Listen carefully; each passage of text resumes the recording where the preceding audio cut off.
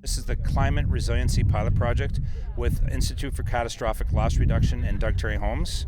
And the purpose of the project is to be able to take what's learned in the lab at Western University and make it scalable so that all builders are able to do it cost effectively. Across Canada, one of the most common forms of losses for homeowners comes from severe wind.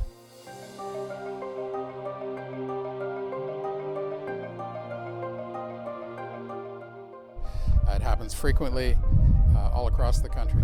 It's our view from our research that much of that can be prevented, and the best time to prevent it is in initial construction.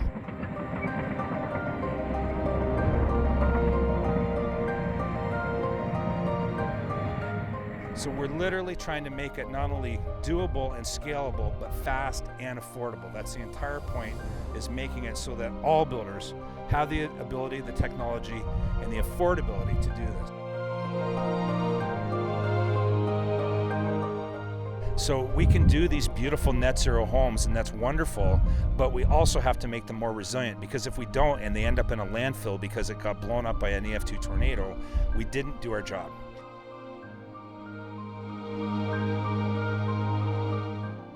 It's our belief that future generations of homeowners can live in much safer homes, homes that are resistant to further damage, homes that will be safe.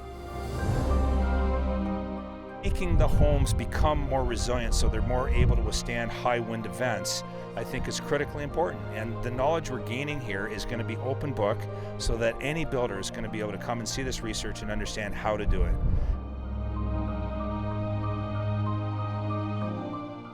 For us, it's incredibly exciting and very rewarding to be able to take ideas and concepts, see them done in practice, and hope that the next generation of Canadians will be better protected from things like severe wind and tornadoes.